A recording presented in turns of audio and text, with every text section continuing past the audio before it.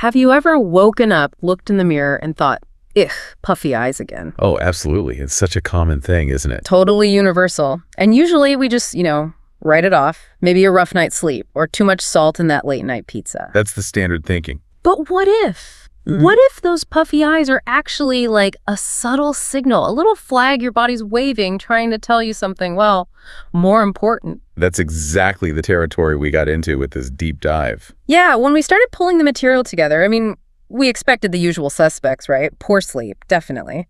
Too much screen time. Allergies, hormonal stuff. Yeah. Exactly. And look, those things are contributors, no doubt. But what really jumped out, what the research kept pointing towards, was something deeper. Something most people just completely miss. Okay, let's unpack this then, because our sources are saying a major, often overlooked piece of this whole puffy eye puzzle is, well, nutritional deficiency. Yeah. It's not just about what you do, like staying up late.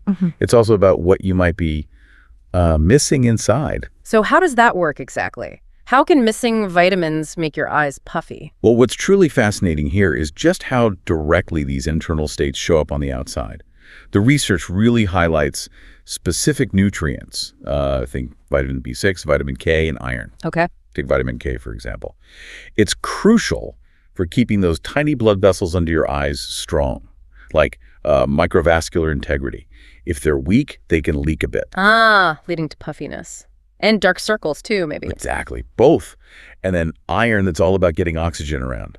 Not enough iron, the skin looks duller, and it's more prone to fluid buildup because the cells aren't working optimally. Wow. It's like the power's flickering in that specific area. Sort of, yeah. Your body's struggling to keep things running smoothly there. So it's not just general water retention, it's the actual tissue health. And you mentioned protein earlier, too, right? How does protein fit in? Absolutely. Protein is key. If you're low on protein consistently, your body really struggles to make enough collagen.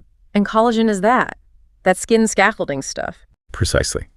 It gives skin its firmness, its elasticity. So when that scaffolding weakens, especially where the skin is super thin, like around the eyes, it just can't hold things back as well, shows the fluid more. You got it. It becomes way more susceptible to showing that puffiness. Yeah. So really, these aren't just cosmetic things. They're like little billboards for your internal health. Okay, wow. Our eyes really are a window. So knowing all this, what does it mean for us, like day to day, and maybe more importantly, what can we actually do? Right. Understanding is great, but action is better. Totally. We need steps. And this deep dive actually dug up some really practical advice.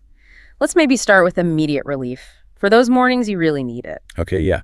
For quick fixes, those classic remedies, they actually work. Like cucumbers. Yeah. Chilled cucumber slices. Or even cold, used green key bags. Just pop them on closed eyes for, say, 10-15 minutes. And that helps how?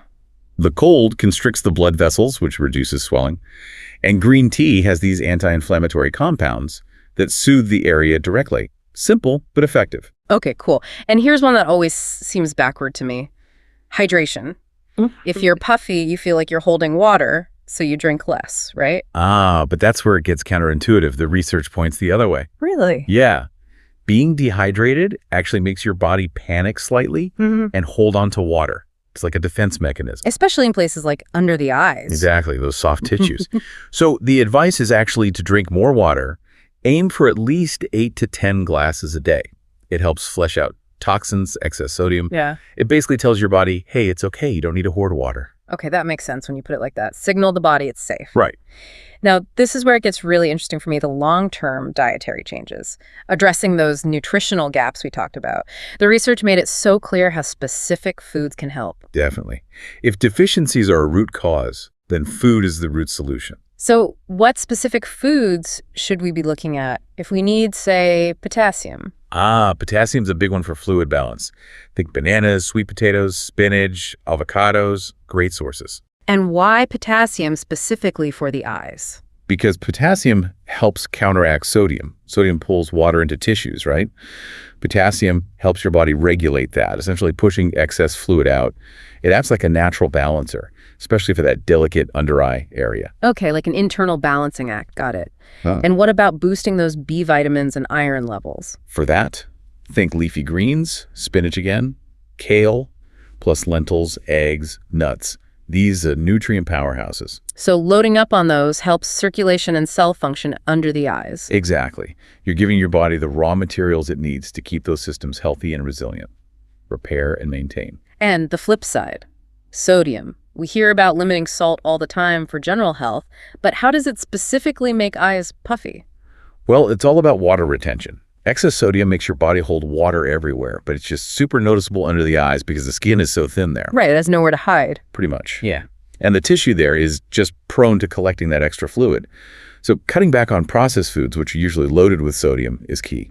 And connecting this to the bigger picture, like you said. Yeah, reducing sodium isn't just for your eyes. It lowers systemic inflammation, improves overall health. It's a win-win. Makes sense. Okay, one more simple habit the research highlighted. Starting the day with warm lemon water. Sounds kind of detoxy, but what's the actual science? It's less about some magic detox and more about supporting your liver. Your liver is your body's main filter.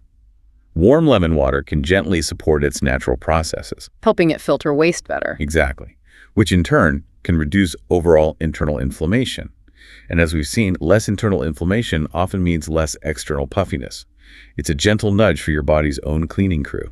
Wow. Okay, this deep dive has really shifted my perspective. Those puffy eyes aren't just skin deep. They're like a little message board. A direct window into your inner workings, yeah. Understanding the why, especially these nutritional links, feels way more empowering than just slapping on some concealer, you know. It's a path to feeling better overall, not just looking less tired. It really is. And it does make you wonder, doesn't it? This raises a bigger question. What other small, seemingly minor signals might our bodies be sending us? Things we just ignore or dismiss. That's a really good point. It encourages us to be, like, more tuned in, more aware. And maybe more proactive about our health, listening a bit closer. Definitely. You know, I always just chalked up my occasional puffy eyes to a late night or too much takeout. But this whole nutrition angle, how specific foods impact that delicate area, it's a total game changer. It reframes the whole issue. Totally. Right. So maybe next time you see that puffiness staring back at you, instead of just sighing, pause for a second, ask, okay, body, what are you trying to tell me here? No self-check-in. Yeah. Well, Because as this deep dive showed, a few mindful tweaks to what you eat and how you live, it could refresh way more than just your eyes. It could refresh your whole being. Well said. Keep exploring your well-being, everyone. We'll catch you on the next deep dive.